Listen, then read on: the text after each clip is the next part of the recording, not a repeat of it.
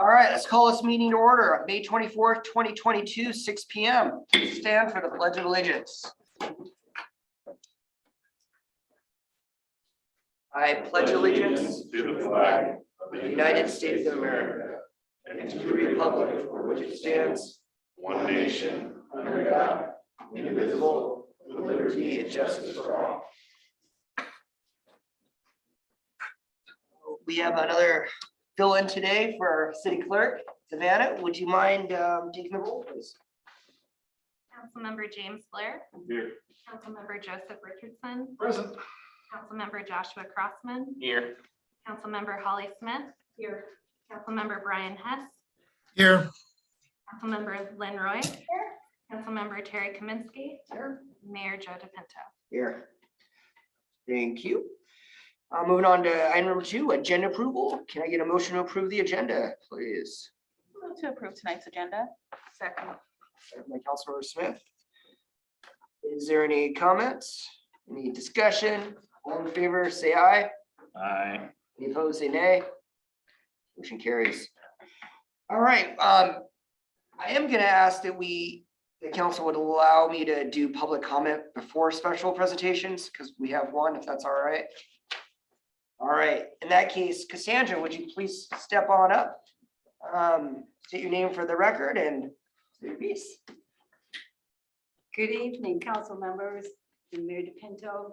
My name is Cassandra Noble, and I've been a Yelm resident for quite a long time. The Yelm to 90 Trail runs through my neighborhood, and so I just wanted to be here tonight because I know you're going to consider the application for the extension of the Yelm Prairie Line Trail so that Yelm can receive funding to extend it, to plan and construct. And I think it's a good opportunity for Yelm to get some help in extending that. And I also think that the extension of the trail will be good for Yelm. It's an amenity that we already have, and it's an opportunity to extend that and be right in the middle of a long trail so that people can stop here, patronize the businesses and recreate outside. I will mention that I'm a volunteer at Mount Rainier, and I go out there and I talk to the visitors all the time who are recreating outside, family and friends. And I can tell you that everybody I talk to is happy. And I think trails are like that. I go out on the trail and I see people that are with their families and their dogs, and they have the opportunity to just be out in the fresh air. And so I'd love to see you approve that grant application. I'm sure that you will. And I'm here to just support you in that. Thank you. Thank you, Cassandra. Thank you. Any questions? Councilmember Crossman. I'll just clarify, you live on the current trail or the proposed? The current trail. And I'm sure that the proposed trail will be just as fun. Okay, thank you. Okay. Thank you very much. And thank you for taking me out of order. I have to go to choir rehearsal now. No, not a problem. Thank you so much. Thank you, Cassandra. All righty, moving on to our special presentations. Mark Daly with the Thurston Regional Planning Council. Thank you, Mayor. Really good to see you all. It's been, well, actually, this is my first time in the somewhat new room, and I have to say the dais is gorgeous. I'm Mark Daly. I'm the Executive Director at Thurston Regional Planning Council, and I'm going to go through, there's a bunch of stuff going on in the transportation space that I want to make sure all our members are aware of. So a lot of people have already seen this presentation or parts of this presentation.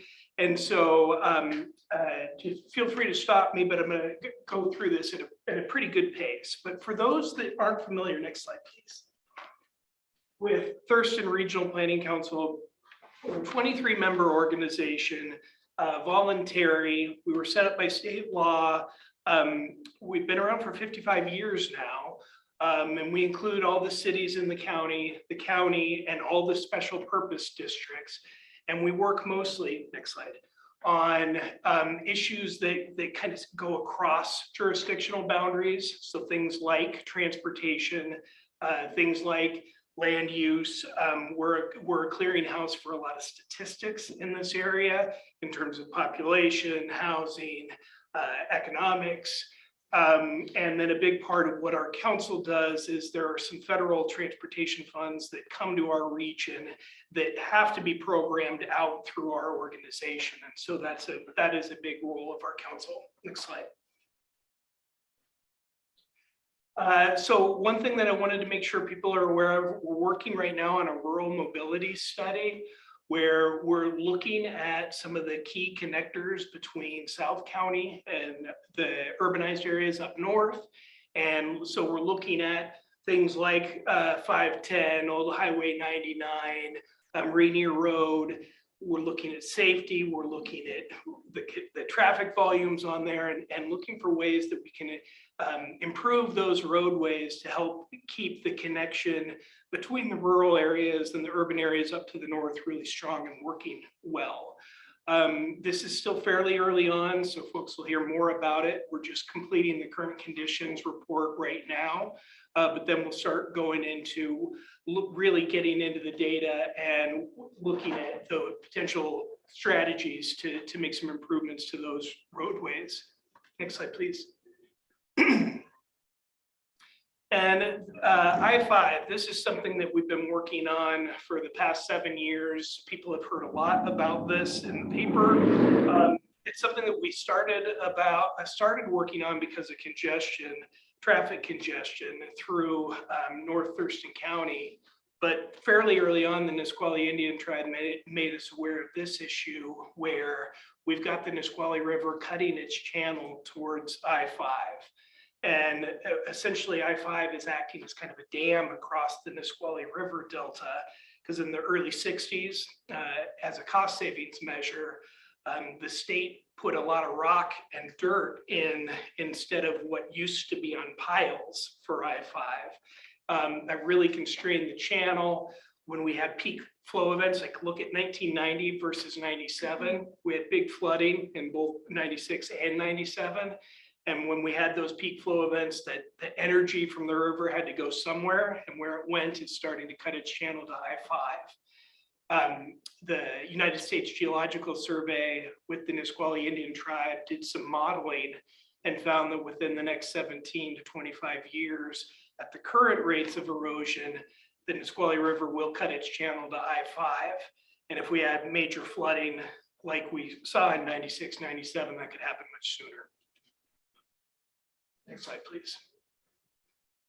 This is also a big issue for the Nisqually Indian tribe. What you're looking at here, this is a bathymetry map, which is basically an elevation map of the land below the water. And so everything that you see in dark blue is deeper water. Everything that starts to approach red is shallower, and when it's gray, it's above sea level. And what you see here is where the Nisqually River cuts through, it's really constrained, and that it impacts salmon habitat, which is something the Nisqually Indian tribe are very, very concerned about. Next slide, please. And so with this project, we're looking at addressing the congestion issues and addressing the flood risk and habitat issues as well. But now for the congestion, what you're looking at here, this is our transportation model for 2045. And what looks like a red line, those are actually individual red dots that represent vehicles on the southbound direction. And when the current work to add a lane through Joint Base Lewis McChord is done in 2025, it's at Mounts Road, which is really that left end of that red line, where it'll go from 4 lanes back down to 3. That's going to be our new pinch point, our new point of congestion. And by 2045, what we expect is about a 7-mile backup from Mounts Road, so largely erasing the benefits that we're going to see when we get that lane complete in 2025. Next slide, please. This is a major issue for the region. We saw what happened in late 2017 with the train derailment. We just don't have very many alternatives to I-5. The 2 approved detour routes, one across the Tacoma Narrows and around Hood Canal, added 70 miles. The other on Highway 507 added significant time. We all saw it. I know Chief Stansel had saw it very acutely. And it added somewhere between 5 and 7 hours to the trip to get around this area. Next slide.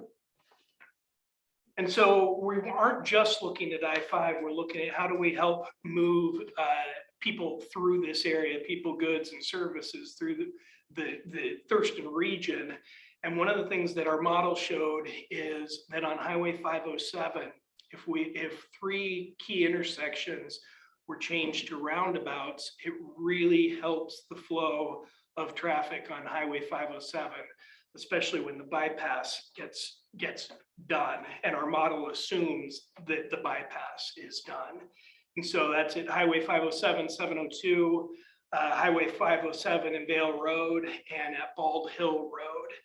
And we just received in the last legislative session, when the legislature passed a $16.5 billion transportation package, it included $75 million for this I-5 work. We're working on the legislative intent right now with the legislators to ensure that 19 million of that is for the construction of those 3 roundabouts, because we want to make sure we improve the function of that alternate route before we start doing anything on Highway 507. I'm sorry, on I-5. Next slide, please. To clarify, Yes. $19 million. It is. That's the Washington State Department of Transportation estimate at this point in time. It's pretty costly. Yes.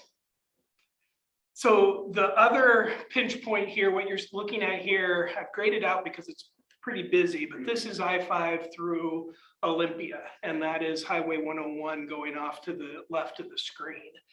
And this is the same traffic model in 2045 and what we would expect on any given weekday in terms of congestion.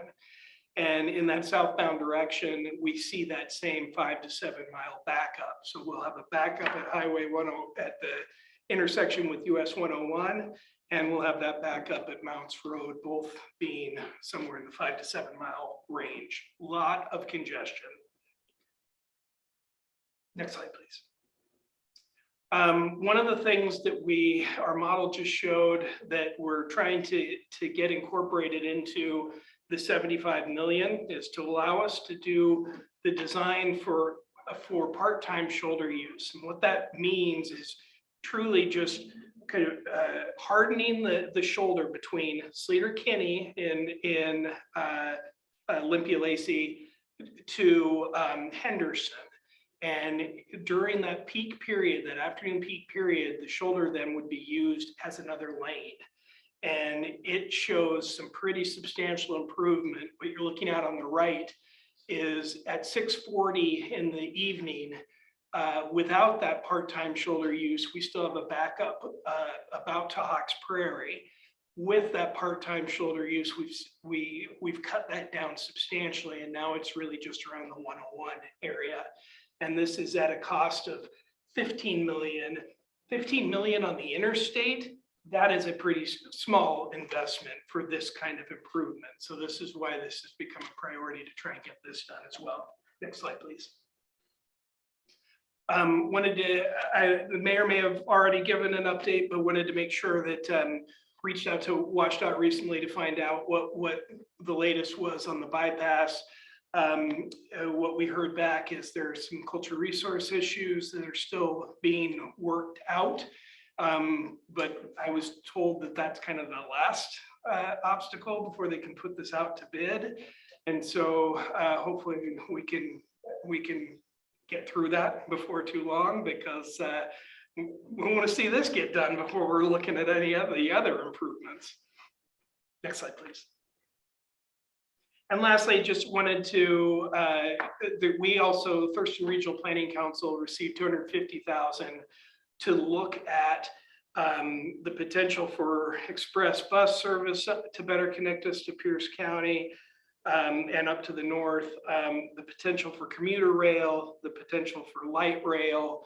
And the thought behind this funding was, if we're going to do something to I-5 across the Nisqually River, we should know what our plans are for what our plans are, if any, around high capacity transportation, so that those assumptions can be built into the design for the I-5 work, especially the I-5 work across the Nisqually River Delta. Next, which I think is the end.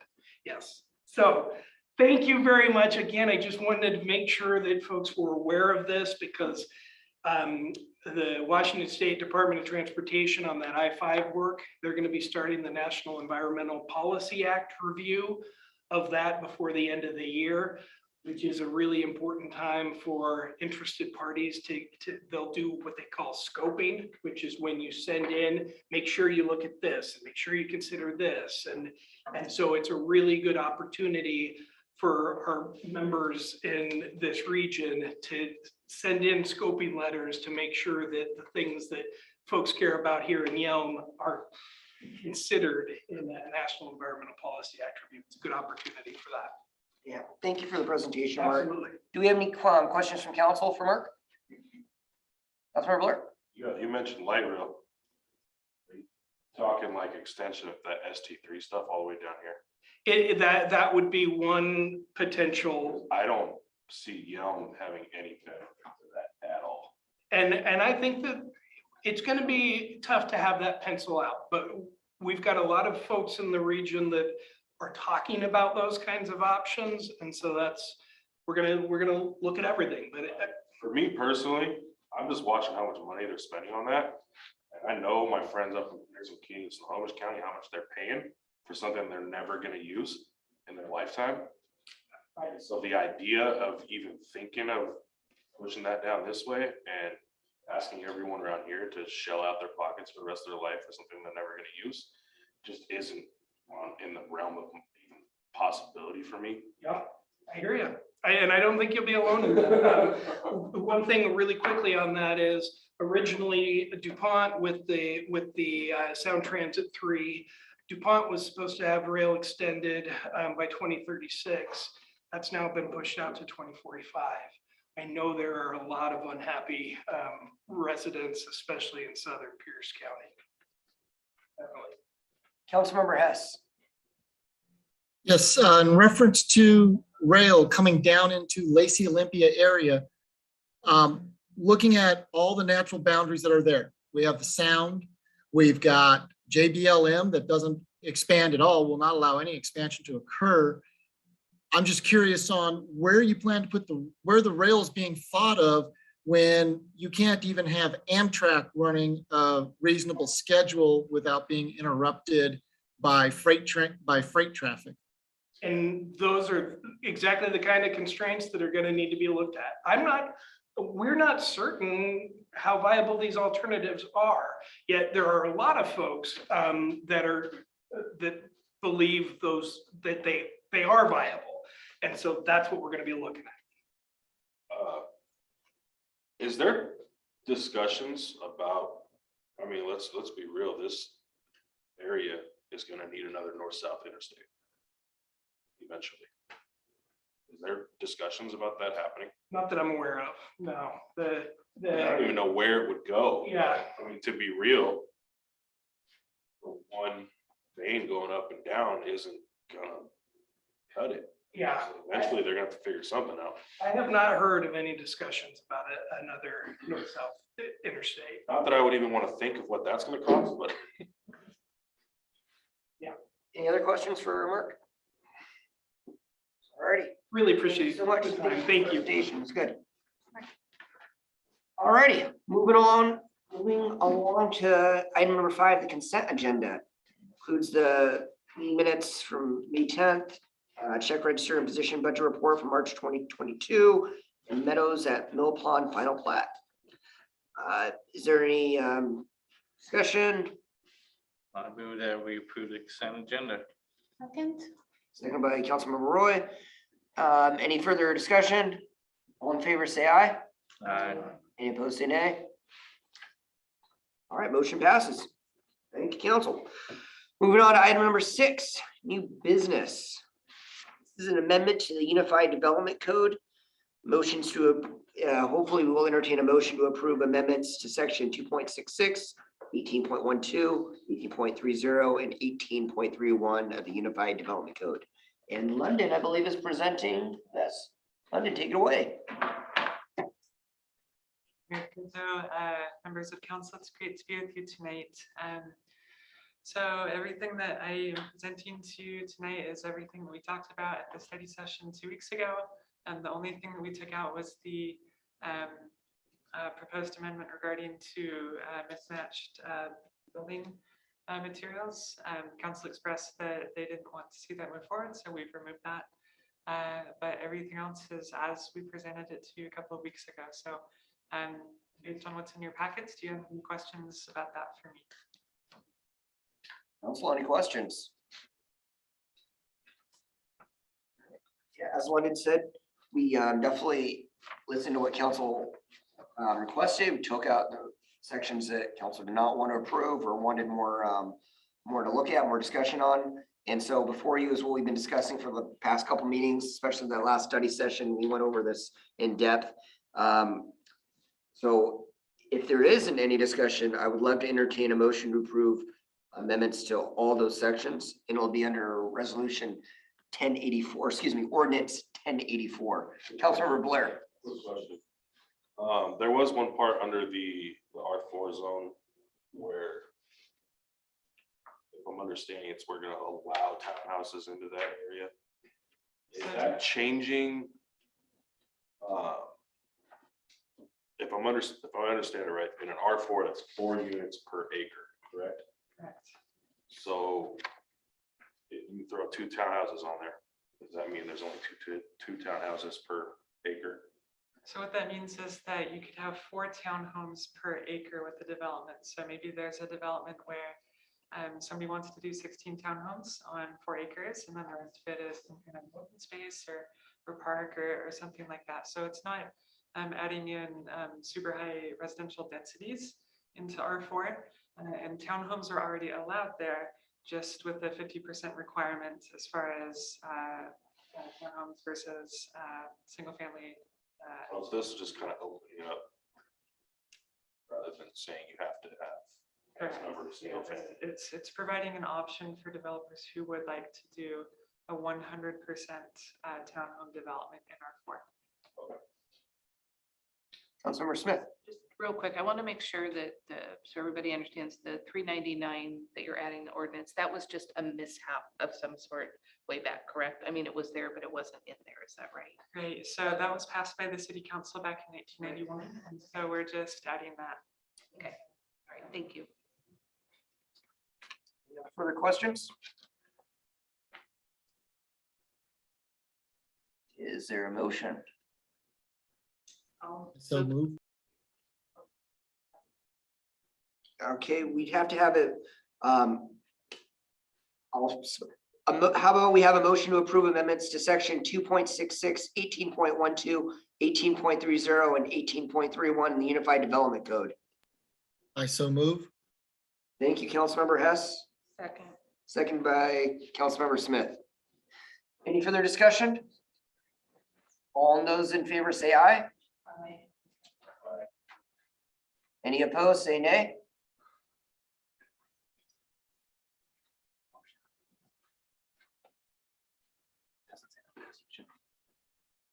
It's moved and seconded. Just for clarification, he was asking to, the title, it should have been on here saying ordinance 1084 rather than amendments. It does the same thing, I believe. I think we're fine. Okay. So, but this would be under ordinance 1084, just so council is clear on that. It does what the motion said. So it's motion seconded. All those in favor, we already said that, say yay, nay, and no one opposed. Motion passes. Thank you very much, council. Thank you very much, London. All right, moving on to appointment for the Lodging Tax Advisory Committee. This is our final, after this appointment, the LTAC committee will be full, and we will be moving forward next week with our next meeting. And so this is to appoint Clay Williams to the Lodging Tax Advisory Committee. And there's more information about Clay in your packet if you've taken a look at it. I'm But Clay's definitely involved in a lot of different organizations here in Yelm, including the VFW, American Legion. And, you know, they put on different events. One of which was the Easter egg drop over at the VFW field, pretty cool thing, brought in lots of folks. He's a good person. I think he brings an extra different diversity into this the committee, including his military background as well. You know, being a military community, should have some you know, that perspective on that committee as well. So if there's is there any questions about the appointment or any discussion? Move to approve. Second. Could you spell out what you're approving though, please? Move to approve the appointment of Clay Williams to the Lodging Tax Advisory Committee. I'll second. Thank you. Second by Councilmember Crossman. Is there any further discussion? All those in favor say aye. Aye. All those opposed say nay. Motion passes. Thank you very much. All righty, moving on to new business item C, establishing a Yelm Community Beautification Grant Program. This is something we've talked about for a while now. I believe this is a good thing for the businesses as well as the residents here in Yelm. Makes it a beautiful city. Chief Administrator Stansel, please. Different title every week. Please take it away. Thank you, Mayor, Council. So after talking about this for a while, we have in front of you the resolution number 624, which would establish the Yelm Beautification Grant Program. It's presented in two ways at the request after our last discussion, a study session. There was some discussion about leaving out HOAs being able to receive funding. And so as you will see in the proposed motion, you can approve with or without the HOAs and the attachments. There's two attachments there, and there's just small differences between the two that excludes HOA in one and it leaves it in the other. So any questions about this or what we're looking to do? If anybody has any input or feedback? Councilmember If Kaminsky. I could just, before the council, talk about what I talked about with you, Chief Stansel. I was at first worried there was too many beautifications going on. I'm on a beautification committee and there's initiatives and I didn't want a duplication of names. And I understand from George at ADC that this type of grant program is often called a facade improvement grant. So I wondered if that would be a better name for this, or if you want to keep it at beautification, it's fine. Just wanted to ask the question. Councilmember Blair. I prefer to keep it simple. Keep it at beautification. Yeah, that's it, yeah. Okay, that's fine. Just a suggestion. Any other questions? Chief, could you kind of explain what this program does, just in case someone's watching, they don't know what's going on? Yeah, so I'll just kind of go over the key facts and summary. Yelm City Council expressed an interest in developing a community beautification program to improve neighborhoods and areas of the community. The program seeks to partner with homeowners, residents, and local business owners in the downtown area to beautify and provide improvements in the community through a grant process. Some examples of projects which might qualify include community landscaping projects, common space site furnishings, or cleaning up common areas that are visible to the public. This would be a process that would open for a couple months each year. So it has a defined window of opportunity. It would be advertised through various sources of advertisement. A committee consisting of at least one or two council members and staff would review the applications. Staff would make recommendations to council for approval. So council would have the final word on all grants that would be approved to businesses. This is a process, it's a reimbursement process. So the business would have to spend their money or borrow the money from somebody to do their improvements. And as long as their improvements met the application guidelines that were approved by council, they would then be reimbursed up to $5,000 per applicant for those improvements. And those would be paid out by the end of that given year. So we have set aside for 2022, $25,000 for this year. And once we go through the process and the program and see the success, that'd be something we could look at for future budget years, because we are entering a new budget. That we could look and see if that was something the council wanted to continue, extend, decrease, or increase, entirely up to you, to see kind of how much interest there is. And it may take a little bit to really get the word out and spread it about the opportunity. And of course, the 5,000 is just a recommended amount. Some cities do 10,000, some do 7,000, some do 2,500. So it really is just something what we could do, somewhat of a trial run this year, and see how many people we can help and what kind of difference we can make. Kind of summarizes it. Councilmember Smith, Can I make a motion? you may. Okay. I move to approve resolution number 624, establishing a Yelm Community Beautification Grant Program without the grant available to HOAs. Second. It's motion second. Just want to make folks clear that this is without the HOAs, as she stated. So it's been motion second. Is there any further discussion? Councilmember Blair. Just to clarify, this is just saying that HOA itself as the entity can't apply. Correct. Group of neighbors want to do something. You could probably apply. All right, any further discussion? All right, Councilmember Hess. Yes, I understand the concern in reference to the HOA, but I would like to point out that not all HOAs have thousands of dollars or even hundreds of dollars sitting in bank accounts that can be used.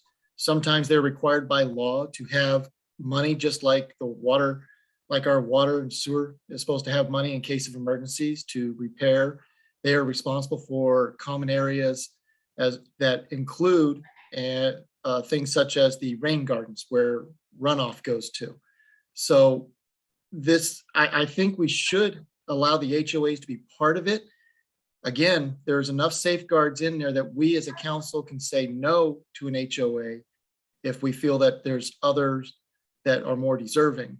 But I would like everybody to remember that, to consider that, you know, HOAs, yes, people pay dues into them, but they don't have the money sitting in a bank account just earning interest for whatever they want to do. They actually are required sometimes by law to have that money for those emergencies. That's all I have to say. Thank you. Thank you. We're going to go Councilmember Roy, Blair, and then Smith.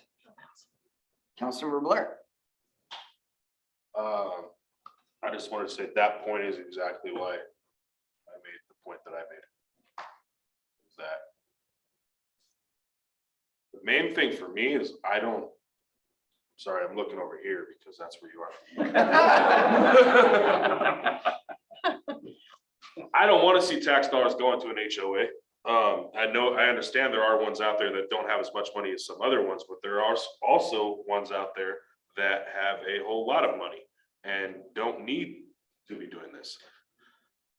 But if you're in a neighborhood whose HOA doesn't have a whole bunch of money, and for instance, the neighborhood we live in, if we've talked to everyone, wanted to do something, got them all together, had them sign it off, and we all said we're going to chip in $50 or each or whatever it was, and at the end of it, we all got reimbursed. There's that option there for those types of neighborhoods. But I don't think Tahoma Terra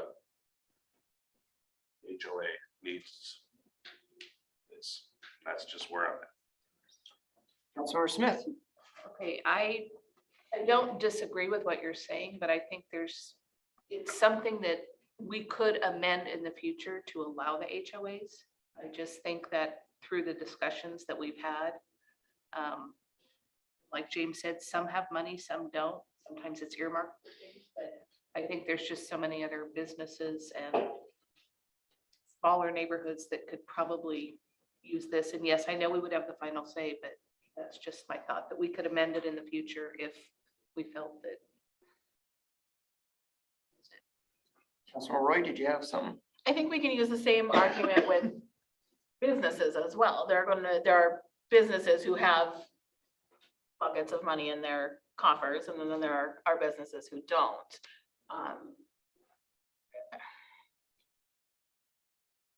it's amenable either way. I guess there's not, I don't really see a fight on either side. It's a trial period. Valid points. Councilor Hess, did you have something else to say? Yes, just to continue with what Councilmember Roy had to say. Yes, I understand. You can say there are some homeowner associations that have money. Same could be said for the businesses. And yes, we want to be helpful to those to say, well, we can amend it in the future. What happens if we never do? And then all of a sudden it comes up that somebody wants to have it done. And then they lose out on a year because we have to go through the amendment process. Why not just have it with the HOAs? We go through the process of saying yay or nay when it comes down to it, because we aren't going to know what businesses actually have a large bank account or not. We're going to be depending upon looking at what their facade looks like at that time and what they want to do. So, same thing with neighborhoods and homeowner associations. I just think that we should have it where it includes everybody, and the fail-safe is when the application goes through the full process and reaches us as the council. That's all I have to say. Thank you. Councilmember Blair and then Roy. Councilmember Roy. We do have that fail-safe where the HOA could apply with the neighbors coming together, which is outlined in the application as well. So it wouldn't be a situation where they would lose out on a year. It would be a situation where they have to take a couple extra steps, and then we can look back and say, okay, we had 72 HOAs apply. We need to relook at this and make it a little bit easier for them as well. Councilmember Kaminsky. And honestly, there's maybe 2 of the older communities in town that don't have an active HOA. They have it on the books, but they don't do anything about it. And if they were collecting dues like they're supposed to, they would have money. So just throwing that in. Any other comments? All right. I'm sure you would. All right, so there is a motion on the table in a second. This is to establish approve resolution number 624, establishing a Yelm Community Beautification Grant Program without making the grant available to HOAs. Is there any further discussion? Councilmember Blair. I just want to say, I think when it comes to the HOAs, I want to see it driven by the majority of people that live there, not necessarily by the small number of people that run the HOA. I think that's more the reason why I'm kind of on the more end of not doing the HOA, if that makes sense. Any further discussion? All right, I'm gonna call for a roll call vote. We'll start with Councilmember Blair. Yay or nay? Yes. Councilmember Richardson. Yes. Councilmember Crossman. Yes. Councilmember Smith. Yes. Councilmember Hess. No, Did you say no? that is correct. I said no. Thank you. Councilmember Roy. Yes. Councilmember Kaminsky. Yes. Okay, motion passes 6-1. Thank you, council. All right, and last under new business, resolution number 625, the RCO grant. This would be for a motion to approve resolution 625, providing authorization to apply for administered grant funds for the Recreation and Conservation Office. And I believe our illustrious Cody Cole is going to be talking about it. Good evening, council, mayor. So before you is resolution 625. This will be a first reading, so we hope there will not be an action needed today. This will go for your next council meeting.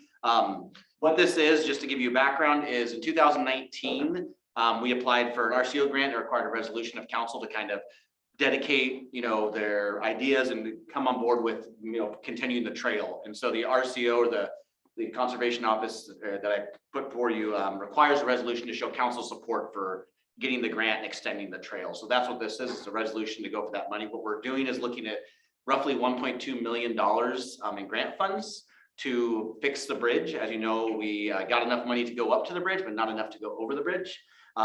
Fix the bridge and go into Pierce County. So instead of us as the city of Yelm paying for that all out of pocket, it made sense to go out for grant funds because I have so much time to do that. So I wanted to make sure we applied for more grant funds. No, it's a good program. And there will be a required match, but I'm working on making sure that required match comes from somewhere besides our coffers. So that's my goal, is to make sure it costs the city little, if nothing. But just our dedication and our commitment to the trail and what we care about is what this resolution requires. I'd be happy to answer any questions, but we do not need a motion on this now. It'll carry over to the next council meeting. Councilor Blair. Quick question. Eventually the trail goes all the way to Roy. Yes, eventually the trail will connect to all the trails in Pierce County, and if this is the last, and I'm sure Mark Daly can speak to this too, it's the last vestige that we need to get over Nisqually and have a connection between northern Nisqually and southern Nisqually throughout the entire western part of the state. We're a big part of the trail. Everybody, many people want us to complete this because we are that connecting piece. Any other questions? Trail is a federal way. I don't know. I can't speak to that. I don't know. You don't talk about it, right? I'm not sure though. Yeah, there'll be another trail in Roy area that will connect that they're working on, Pierce County's working on. So yeah, it'll connect and you'll have a network of trail systems. You will be able to walk all the way to, ideally the goal is you'll be able to walk from Seattle to Portland through a trail system at some point. So. Any other questions? All right. Thank you, Councilor Colt. At this point. You've been promoted. The former Councilmember Colt. But if there's no other discussion or no further motion, we will go ahead and move on to old business. Thank you, Council. All right, moving on then. Old business, not as scheduled. Updates. We got some updates. We got Department Head Todd Stansel, please. All right, new title. Every time there's gonna be one. Not a council member yet, though. Okay, just a couple updates. I know the mayor's gonna share a few too, so I won't steal what he's gonna share with you. On the police world, so the camera systems are all live. We're kind of doing a training with them right now, trying to work out a few kinks. Everyone's real receptive to them. The officers are getting used to having them on, turning them on. Part of the process that will turn them on automatically is not quite finished yet, but it should be at any point here. And so anyway, the rollout was last week. Got them in all the cars, got them mounted to the vests or the uniforms, and so far they've been working pretty good. Part of that process is you have to tell someone this conversation is being recorded, audio, video, and so that's a hard thing to do when you haven't done it, for 20 plus years for some of those folks over there. So they're getting used to that. Like I said, the first couple of weeks is just kind of getting the training and figuring out how they're working, what's not working, but the officers are doing a great job rolling those out. We will graduate 2 officers from the Basic Law Enforcement Academy tomorrow at 11 o'clock up in Marion.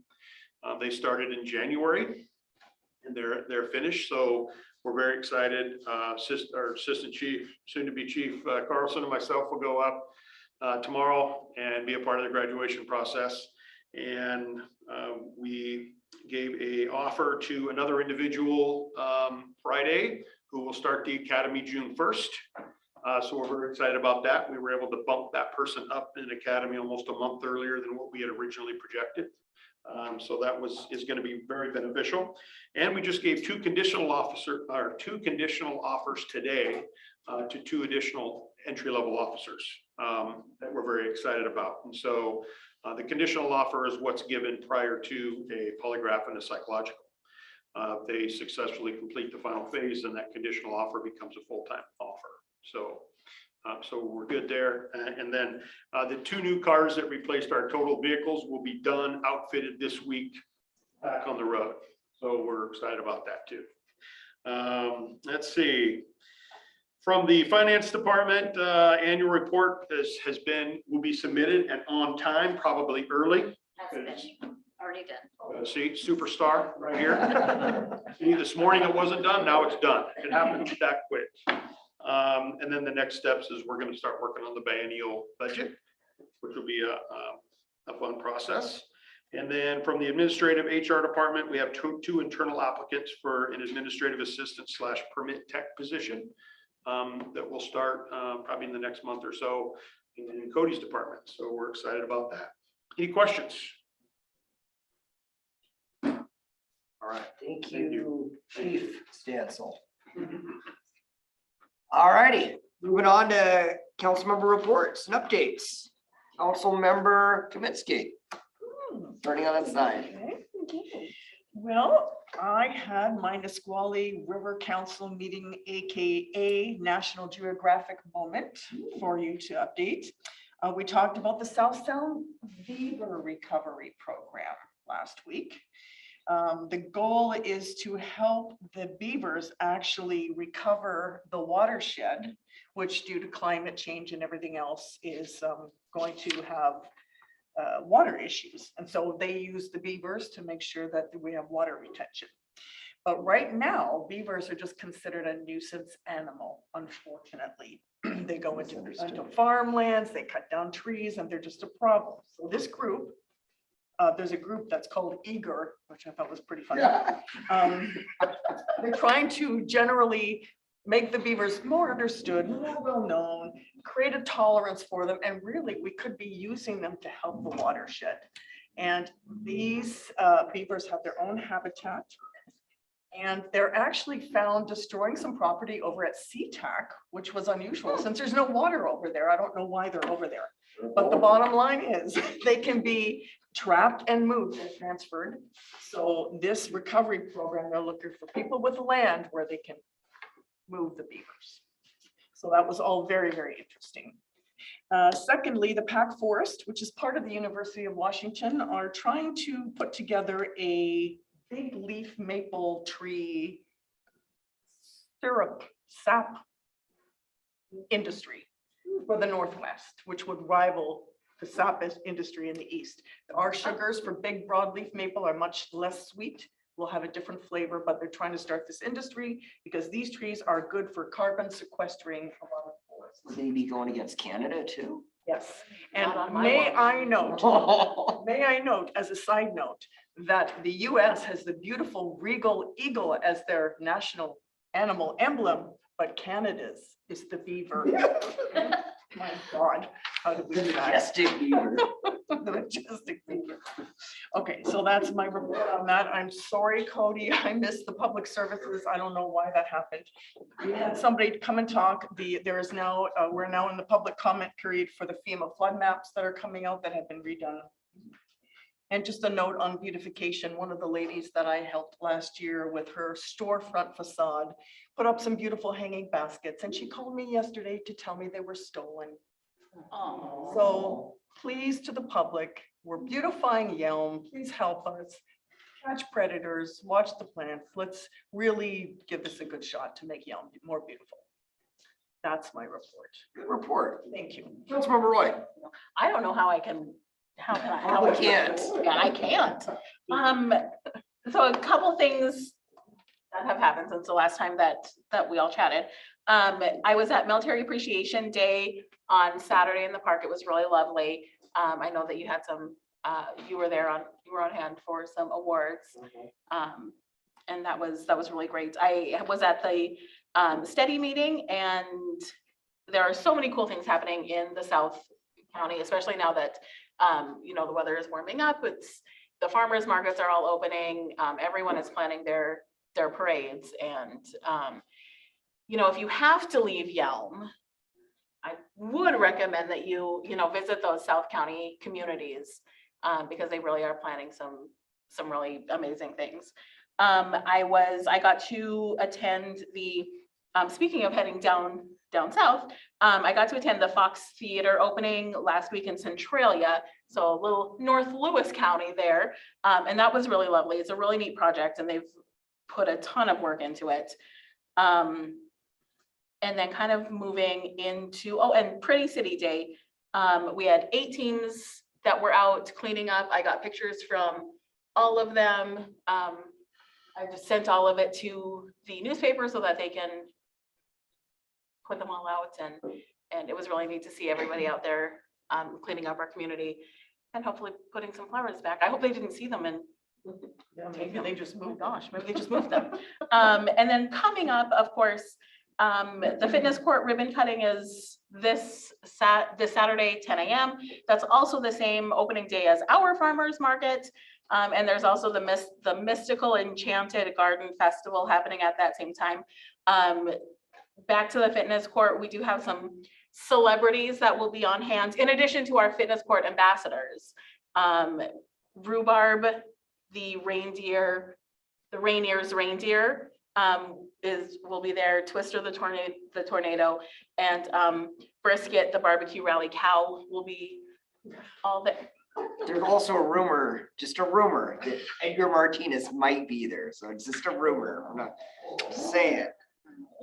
Complete rumor though, so it may not be true. But Okay, if someone wants to go to that and find out, it's probably a good idea. Edgar, call me. Yeah. That is of course on Saturday. There's a Memorial Day ceremony at the Yelm Cemetery this weekend. And then pushing into June, 1924 Business Day will be on the 21st of June. And then the museum after hours, of course, on the 23rd. And the parade, which we just finalized the selection of Chief Administrator Department Head Stansel as adding a new title of 2022's Prairie Days Parade Grand Marshal. Yay! And that's all I have.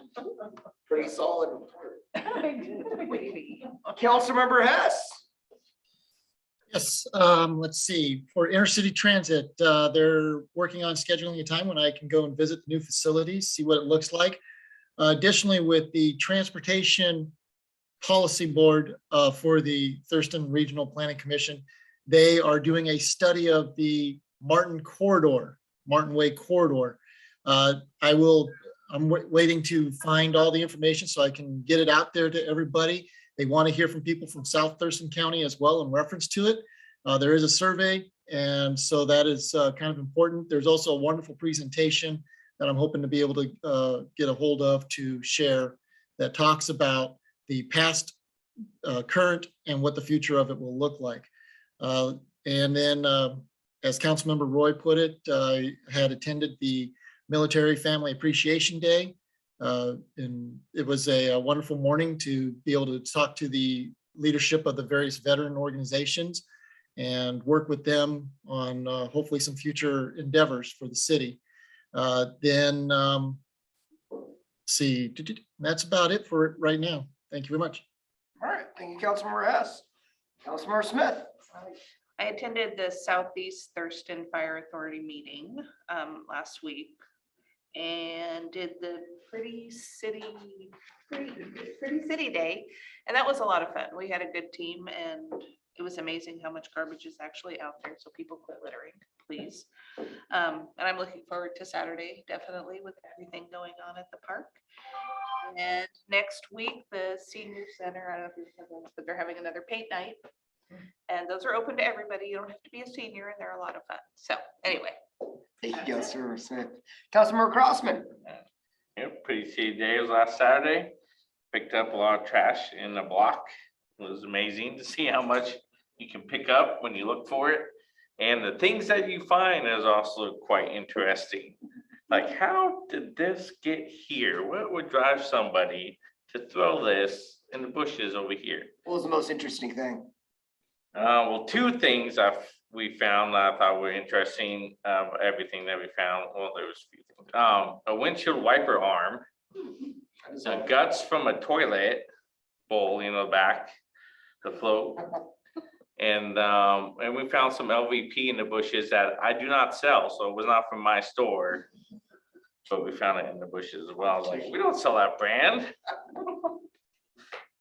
And then just regular trash. So that was kind of interesting. But yep, look forward. Let's do it some more.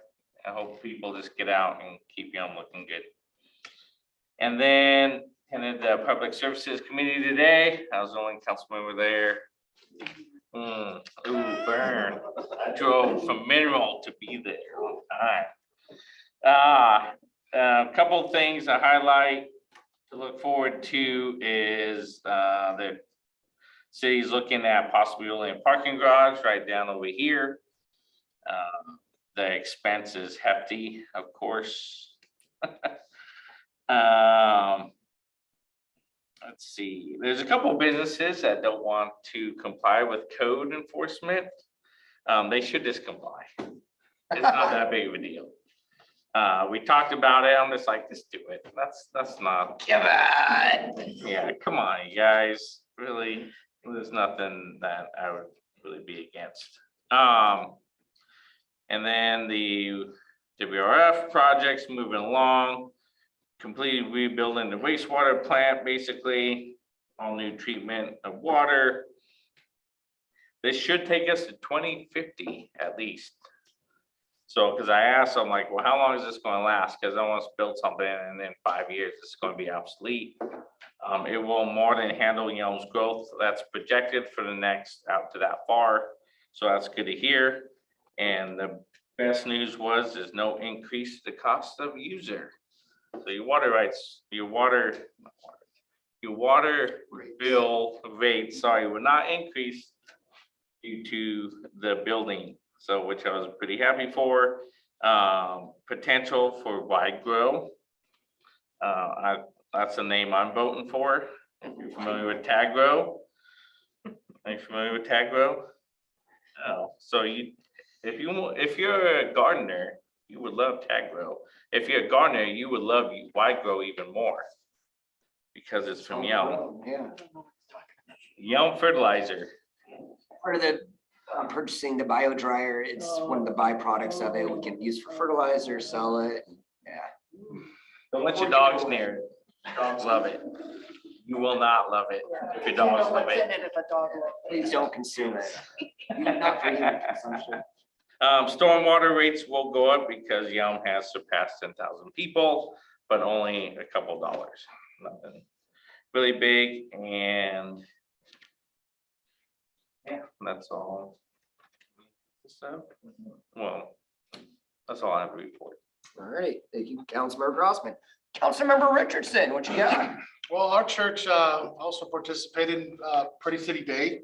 We had a group come down from Renton called Adult Teen Challenge, which are men that are coming off of, either being homeless or on drugs. So it's a rehabilitation program. And they were able to really help us pick up trash in our community. He told me to call him. Phil, the director, said, hey, call me if you ever need some service. And I'm like, I don't call people for help. But I thought, we're gonna do Pretty City Day. Can you come help? And they did. And they really attacked that field right behind Goodwill, right there behind Grocery Outlet. There's a lot of stuff back there, like crazy things that we found, just a lot of trash. They helped us restripe our parking lot as well and work on our flower bed. So that was a fun time together. We had spaghetti, had a good time. And then we were able to go out because it's all about them ministering to other guys like them that, that's where they used to be, was homeless. And then, some of them were struggling with drug abuse. And so we found a homeless guy and they were really wanting to give him a card and say, hey, call this card if you need help. And we're here to, get your life back together and take care of you medical wise. And it's a really great program. And one of the guys that was there talking to this homeless individual said, hey, I was you 3 months ago. And I was like, I couldn't believe that because the guy that I was talking to looked like he had, he's doing pretty well. But I was like, wait, you were like this 3 months ago? No way. And so it's a really good program and we had a great time with them.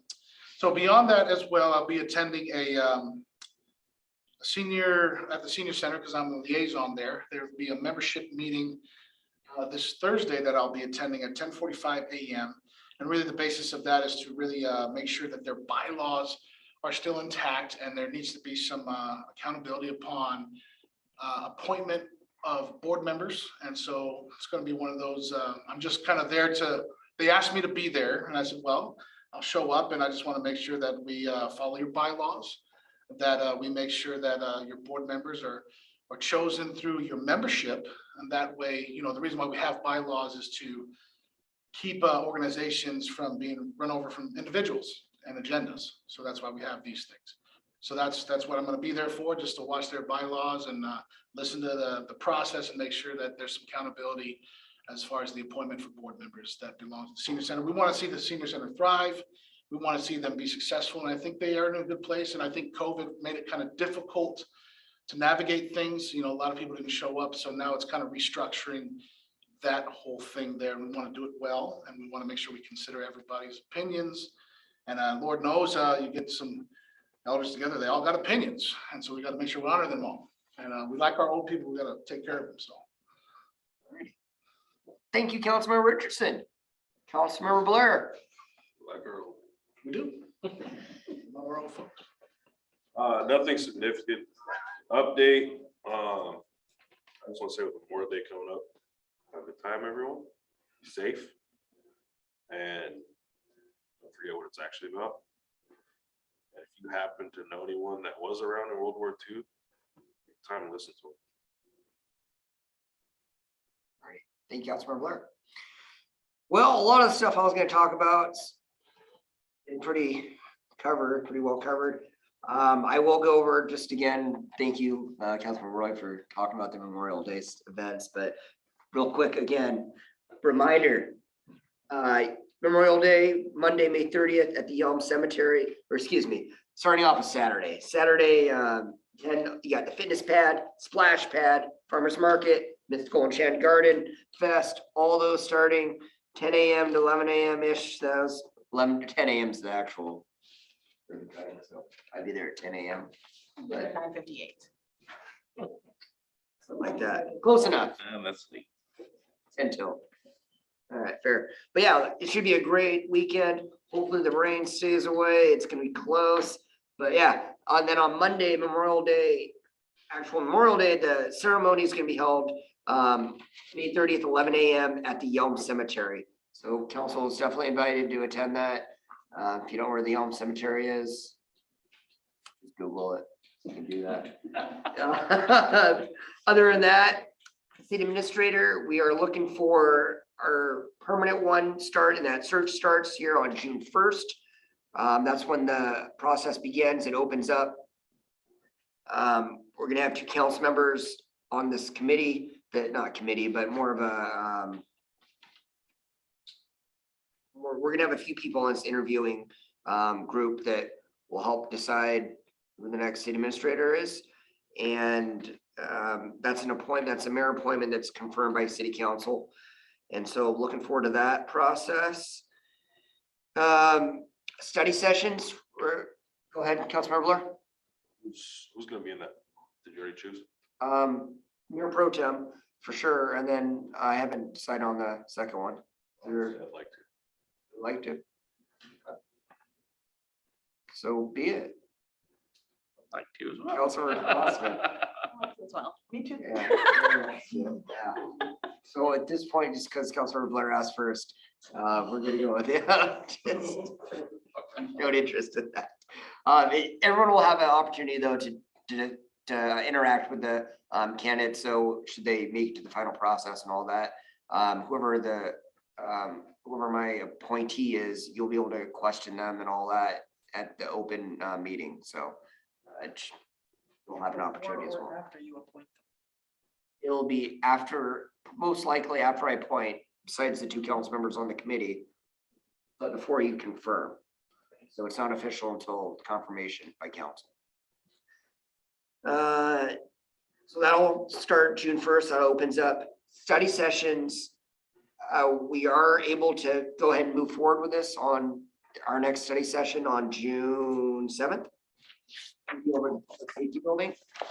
We got the recording equipment, all that stuff set up, or we will have it. We have it on hand now. It works well. So it'll be a little more laid back. We'll still do the Pledge of Allegiance, take roll, but other than that, it's going to be a very informal setting. We'll have presentations and all that.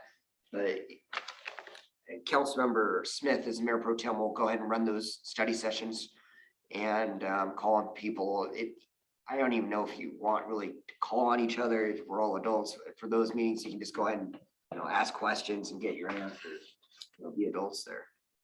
But yeah, I don't know if you can have a gavel or not. We'll still say. I'm bringing in a We dark. don't Councilmember really Kaminsky. do updates during that either. No, those, so what you will be doing though is initiatives. So like as we've done, in the past, we have the council members that want to bring up different things instead of, if you want, there's two avenues that council members can really bring things up to, if they have some initiative or project they really want to do. One is at a study session during council member initiatives, discuss the idea, bring it up at council. The other is at your committee meetings. So if you're like in the public safety meeting, talk about an idea you have over there, like, oh, you think we should have, I'm not going to suggest anything. You can have something, but anyway, you can bring it up at those committees and then vet it out there, and then they would bring it forward to either a study session or a council meeting for action. But I do want to say Pretty City Day in coordination with our spring cleanup was a pretty big, huge success. So thank you, Councilmember Roy and Crossman, for spearheading that. A good example of a council member initiative. I think both of you did a great job on that, and it supplemented our spring cleanup really well. We had, besides the Pretty City Day, we had 150 participants, residents that utilized that trash drop off. So the bins, both of them got filled up, Cody? All, but we have like a little bit left in one bin, but we've got stuff we can put in there, so we're good. Yeah. 14 bins total. Yeah, so we really cleaned up the city, made it pretty, made the private properties pretty and all that. Helped the elderly that couldn't, we had some pickups. Thank you for the, who was it that picked up? John Edwards and Ryan Edwards, no relation, did most of the pickups with the help of Shauna as well. Thank you for all that did that, and it helped out the elderly that wasn't able to bring all that trash and stuff to the public works building. So I was good on them to do that. Good service that the city provides for them.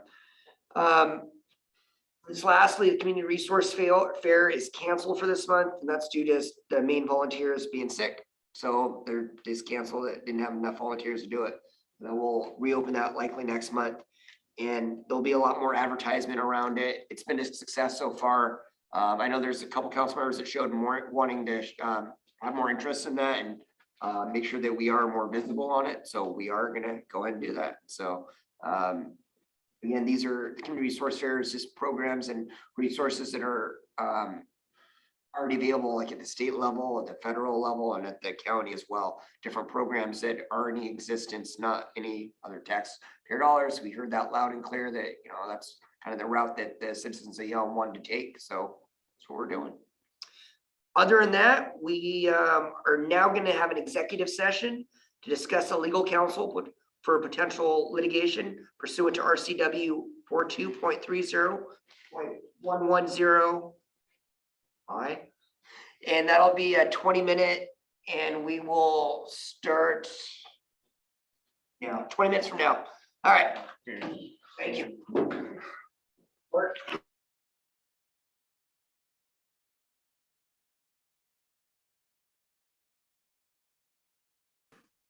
How do I participate in this? So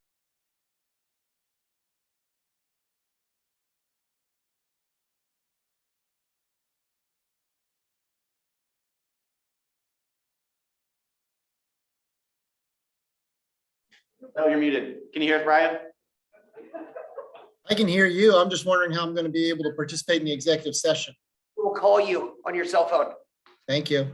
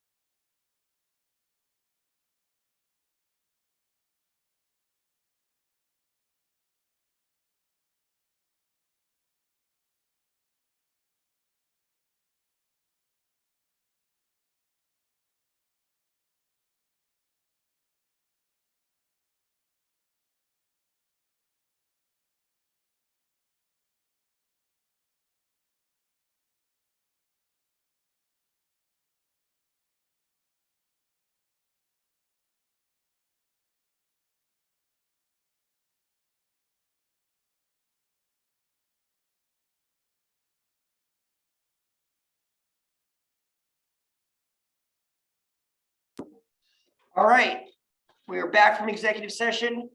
And the last thing is, move to adjourn. Second. All in favor, say aye. Aye. Adjourned. Too quick.